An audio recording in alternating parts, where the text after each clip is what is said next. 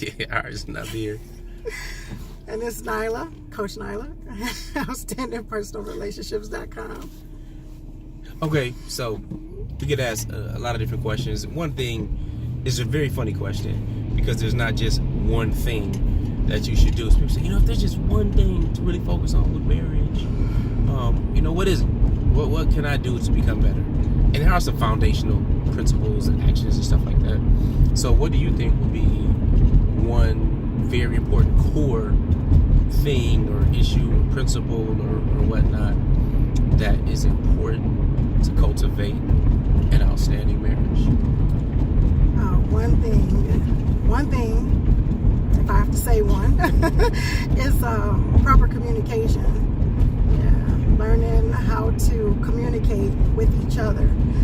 And there comes times where we communicate in the way we want, or we know how to communicate, how we receive things, but we don't communicate in a way that our spouse receives things, and we don't receive things in the same manner. So I think knowing how to communicate in the language that your spouse can receive it is pretty beneficial.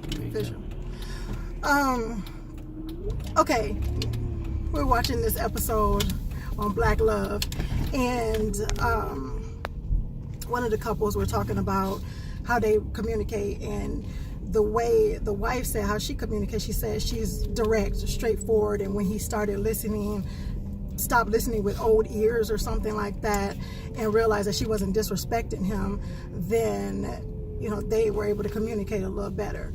However, it was to the point where if she knows that this is these are certain things or certain triggers or certain hot buttons or certain things that he can feel disrespected by the way she's communicating with him, then those are the things that she have to be mindful of, and vice versa. If one thing, like with my husband, if something is disrespectful, may be disrespectful to him, that may not be disrespectful to me, that don't mean that it's not disrespectful to him. So I have to be mindful of that, vice versa. Kind of made any sense, I guess.